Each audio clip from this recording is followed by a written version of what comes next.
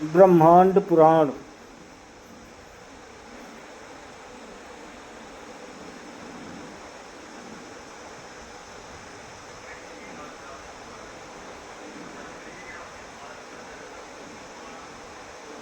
ब्रह्मांड पुराण। समस्त महापुराणों में ब्रह्मांड पुराण अंतिम पुराण होते हुए भी अत्यंत महत्वपूर्ण है। समस्त ब्रह्मांड का सांगोपांग वर्णन इसमें प्राप्त होने के कारण ही इसे ये नाम दिया गया है। वैज्ञानिक दृष्टि से इस पुराण का विशेष महत्व है। विद्वानों ने ब्रह्मांड पुराण को वेदों के समान माना है। छंद शास्त्र की दृष्टि से भी ये उच्च कोटि का पुराण है। इस पुराण में वैदर्भी शैली का जगह जगह प्रयोग हुआ है। उस शैली का प्रयोग और प्रभाव प्रसिद्ध संस्कृत कवि कालिदास की रचनाओं में देखा जा सकता है।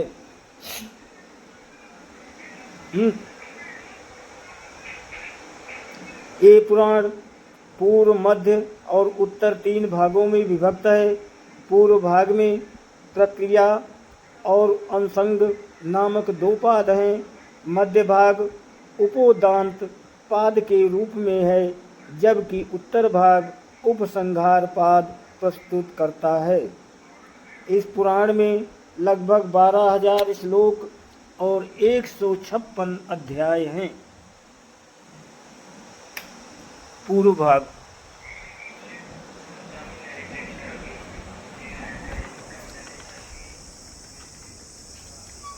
इस पुराण में मुख्य रूप से नैमिषोपाख्यान, प्रादुर्भाव, देव ऋषि की सृष्टि, कल्प, मनवंतर तथा कृतयुग आदि के परिणाम, रुद्र सर्ग, अग्नि सर्ग, दक्ष तथा शंकर का परस्पर आरोप प्रत्यारोप और श्राप, प्रियव्रत का, उनका वंश, भुवन कोश का गौतरण, गंगावतरण व खगोल वर्णन से सूर्य आदि ग्रहों, नक्षत्रों, ताराओं एवं आकाशीय पिंडों का विस्तार से विवेचन किया गया है।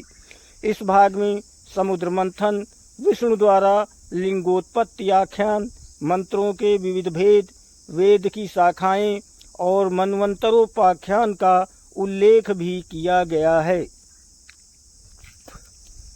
मध्य भाग।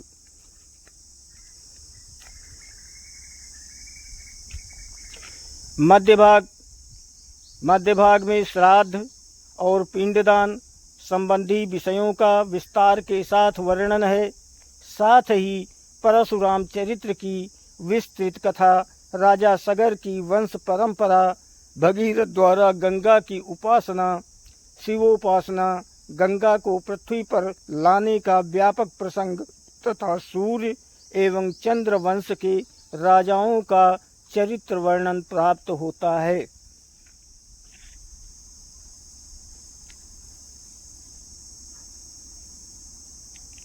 उत्तर भाग। उत्तर भाग में भावी मनवंतरों का विवेचन, त्रिपुर सुंदरी के प्रसिद्ध आख्यान, जिसे ललितोपाख्यान कहा जाता है, का वर्णन है। भंडासुर, उद्भव कथा और उसके वंश के विनाश का वृत्तांत आदि हैं। ब्रह्मांड पुराण और वायु पुराण में अत्यधिक समानता प्राप्त होती है, इसलिए वायु पुराण को महापुराणों में स्थान प्राप्त नहीं है। ब्रह्मांड पुराण का उपदेश और उपदेष्टा प्रजापति ब्रह्मा को माना जाता है। इस पुराण को पापनाशक, पुण्य प्रदान करने वाला और सर्वाधिक पवित्र माना गया है। ये यश, आयु और श्री वृद्धि करने वाला पुराण है। इसमें धर्म, सदाचार, नीति, पूजा, उपासना और ज्ञान विज्ञान की महत्वपूर्ण जानकारी उपलब्ध होती है। इस पुराण के प्रारंभ में बताया गया है कि गुरु अपना श्रेष्ठ ज्ञान सर्वप्रथम अपने सबसे योग्य शिष्य को देता है। यथा ब्रह्मा ने ये ज्ञान वशिष्ठ को वशिष्ठ ने अपने पौत्र पाराशर को, पाराशर ने जातुकर्ण ऋषि को, जातुकर्ण ने द्वैपायन को, द्वैपायन ऋषि ने इस पुराण को के ज्ञान अपने 5 शिष्यों जैमिनी, सुमंत, वैशंपायन, पैलव और लोमहर्षण को दिया। लोमहर्षण सूत जी ने इसे भगवान वेद व्यास से सुना। फिर नैमिषारण्य में एकत्रित ऋषि मुनियों को सूत जी ने इस पुराण की कथा सुनाई। पुराणों के विविध 5 लक्षण। इस पुराण की कथा सुनाई है। पुराणों के विविध 5 लक्षण ब्रह्मांड पुराण में उपलब्ध होते हैं।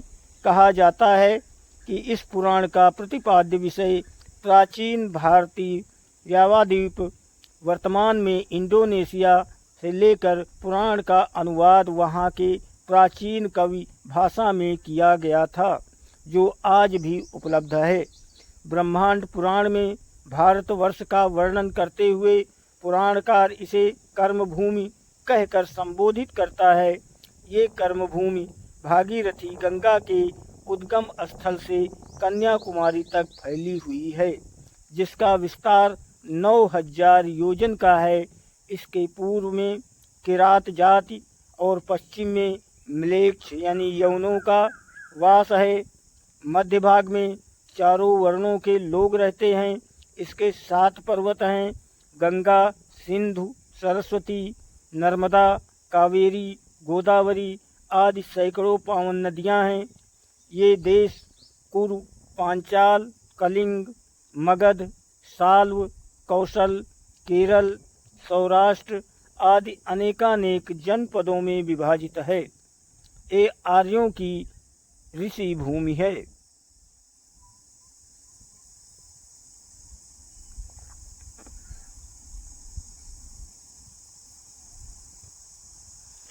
काल गणना का भी इस पुराण में उल्लेख मिलता है।